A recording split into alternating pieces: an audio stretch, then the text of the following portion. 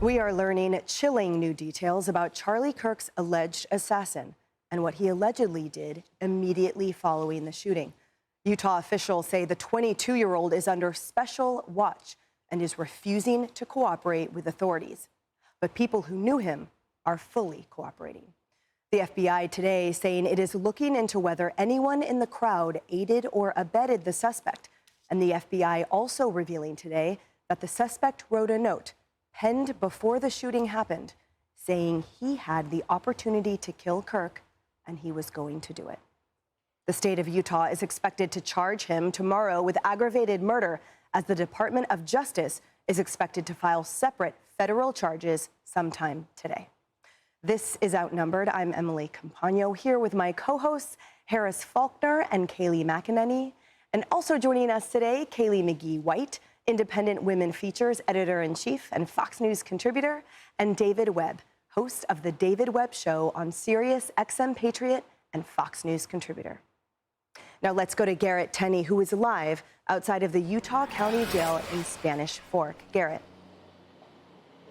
Emily, a big part of this investigation now is looking into who knew what about this shooting and when did they know it. We have learned that the alleged assassin told at least 2 individuals that he was planning to kill Charlie Kirk because he hated what Charlie stood for. One of them was in a text message. The other was in a note the suspect left for his romantic partner at their home in southern Utah. Here's FBI Director Kash Patel describing that note this morning. The suspect wrote a note saying, I have the opportunity to take out Charlie Kirk and I'm going to take it. That note was written before the shooting. Evidence of its existence, we now have learned, existed before the shooting, was in the location in the suspect and partner's home. That romantic partner who is cooperating with investigators is a male transitioning to a female. And you'll remember Charlie Kirk was shot right after being asked about trans mass shooters. Investigators are trying to determine if that was just a coincidence or if the person who asked that question was somehow involved. This new surveillance video obtained by TMZ also shows the 22-year-old walking to UVU's campus the morning of the shooting, about 4 hours before it happened, wearing a maroon shirt and light-colored shorts. We've also learned the FBI is investigating left-wing groups in Utah to see if they had any kind of heads up about the assassination plot or somehow helped the suspect, since his family told investigators he subscribed to left-wing ideology that had become more extreme over the past couple of years. Here's FBI Deputy Director Dan Bongino. We're looking into everything, Bill. There's not going to be a stone left unturned if there was anyone involved who aided or abetted. I can't say that in strong enough terms. Every single FBI asset on this team is being applied and used in this investigation.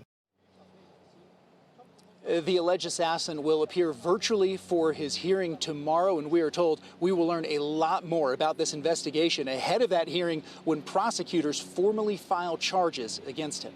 Emily? Garrett, thank you. Kaylee, welcome back to you. What are your thoughts on this as we learn these details? I think it's clear that 2 factors contributed to this suspect's potential radicalization. The first is the online community that he was involved in. This is something that unfortunately is becoming increasingly common among my generation, which is really the first generation to ever be born and raised on the internet. And young adults are increasingly finding their community online, sometimes in very dangerous spaces. And what this case reveals is that you can be raised in an entirely normal middle-class family with parents who were seemingly very involved, who loved their son, and yet still end up in the wrong corners of the internet and be inundated with radical ideology. The second element here, which will be really interesting to see as this investigation unfolds, is how much and whether at all our education system contributed to this suspect's radicalization. And based on the things that public school employees and college professors have said on the internet, my guess is that it did in part at least play a part in his radicalization. The things that these people feel comfortable saying online shows that this leftist ideology wasn't hidden inside of them. This is being exposed to our children in their classrooms. And so we need to get a grip on our education system, and we need to rail back this ideology. Yeah, one of the headlines today read, "The Purge We Need," and it was exactly that, focusing on academia. So the article and the op-ed. David, so we expect federal charges to be filed today, and we know that the feds can file charges, so too can the state, and then they will decide. We talked about earlier about the different sovereign jurisdictions who will essentially go first and sort of take the lead. But what do you anticipate happening here? Well, it's likely, and since Utah also has the death penalty, that they'll lead in the case. Now, the feds can run concurrently, as you know. However, given the information that Kash Patel gave in this interview this morning, it appears that there is enough available evidence, use of internet and more, that would bring the federal charges into it. That was the challenge for the federal charges. You need some form of interstate internet communication and more, therefore, the chat room. So I think that's what we can discern from this morning's interview with Kash Patel. But Utah has clear lines on this. They have the lead on this, and state charges and state prosecutors can be more effective in a death penalty case by the numbers and comparatively to the federal government.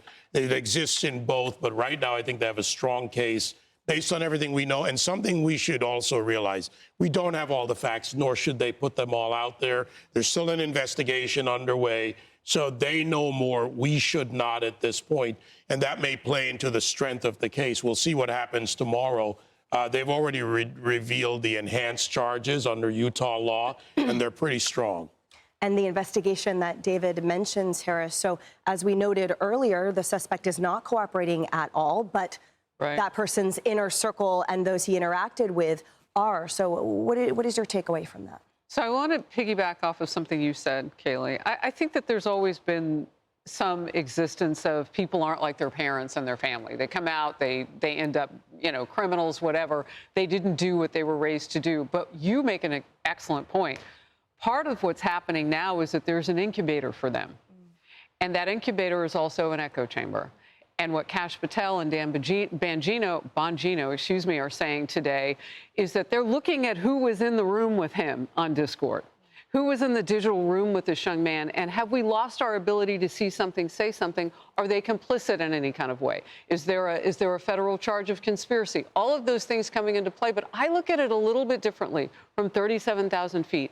As a society, can we handle having people around a killer not say anything?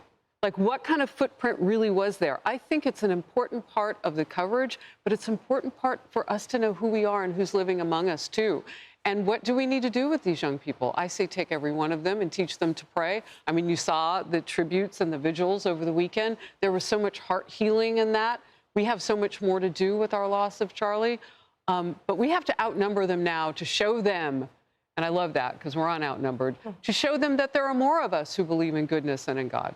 Right. And interesting that you say that, because some also articles said, Washington bracing for the reaction. This was a couple days ago, but the reaction was prayer. The reaction was mourning, and the reaction was a peaceful, collective, gathering up. There's no rioting happening here. Nope. You're exactly right. People are turning to prayer and to faith. And ultimately, by the way, how do you stop something like this from ever happening again? That's the answer. We have to have a spiritual revival in this country.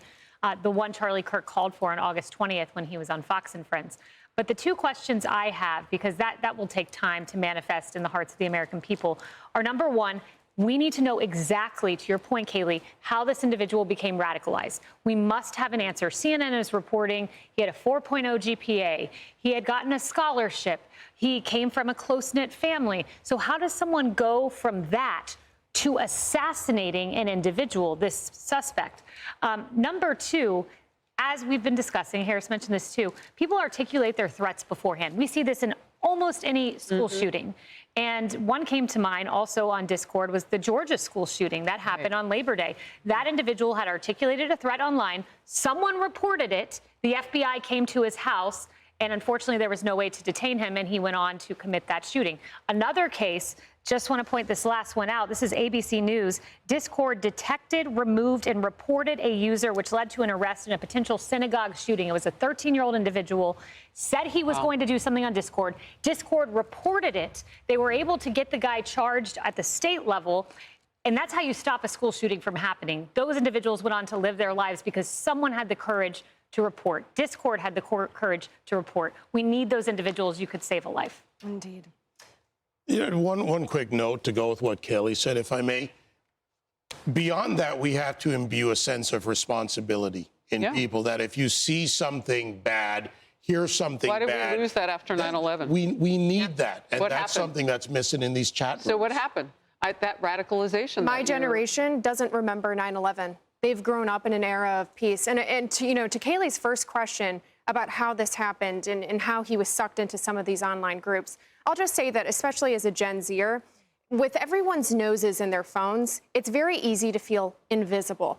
And young adults are going to places that will make them feel visible. You're not always going to like the corners of the internet that make them feel that way. But I would imagine that this young man found visibility in the wrong places on the internet. Well, just because you may not remember it doesn't mean you should repeat it. The Holocaust, so many things in history. Read up. That's what I would say to those young people. Hey everyone, I'm Emily Campagno. Catch me and my co-hosts Harris Faulkner and Kaylee McEnany on Outnumbered every weekday at 12 p.m. Eastern, or set your DVR. Also, don't forget to subscribe to the Fox News YouTube page for daily highlights.